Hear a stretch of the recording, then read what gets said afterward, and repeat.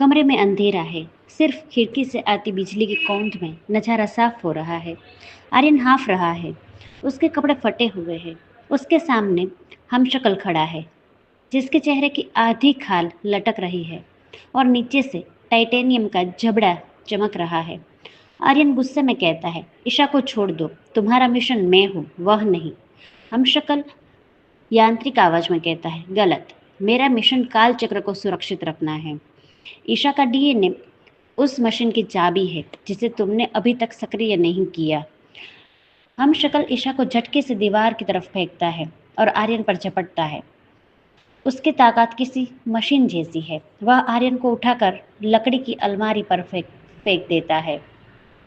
आर्यन संभलने की कोशिश करता है, लेकिन हम शक्ल उसकी गर्दन दबोच लेता है।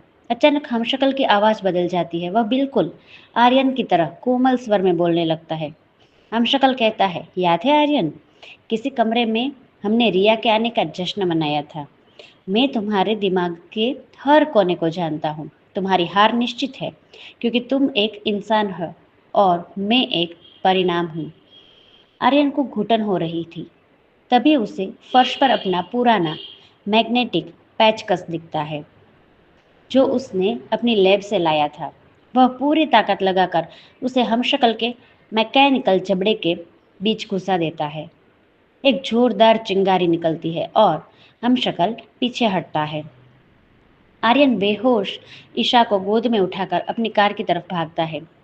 बाहर का नज़ारा डरावना है। आसमान में एक विशाल नीला छेद बन गया है। 2050 की इमारतें धुंधली परछाइयों की तरह हवा में तैर रही है। समय आपस में टकरा रहा है।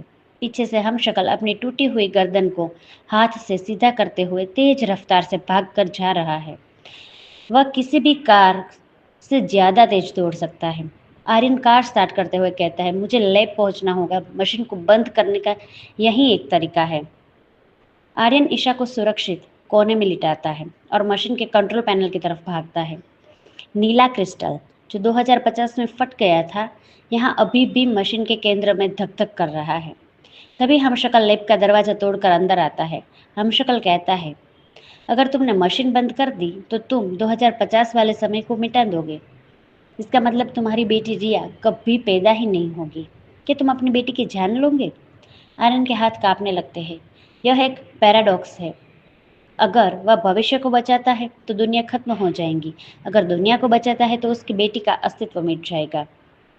आर्यन को रिया के आखिरी शब्द याद आते हैं, मुझे दोबारा पैदा होने का मौका देना। उसे समझ आता है कि रिया ने उसे वापस इसलिए भेजा ताकि वह भविष्य को बदल सके, न कि उसे मिटा सके। आर्यन मशीन को बंद करने के बजाय उसके कोड्स को रीप्रोग्राम करना शुरू करता है। आर्यन कहता है, मैं समय को मिटाऊंगा नहीं, मैं उसे एक नया रास्ता दूंगा। हमशक्ल उसे रोकने के लिए कूदता है, लेकिन आर्यन लैब के हाई वोल्टेज इलेक्ट्रोमैग्नेट को ऑन कर देता है।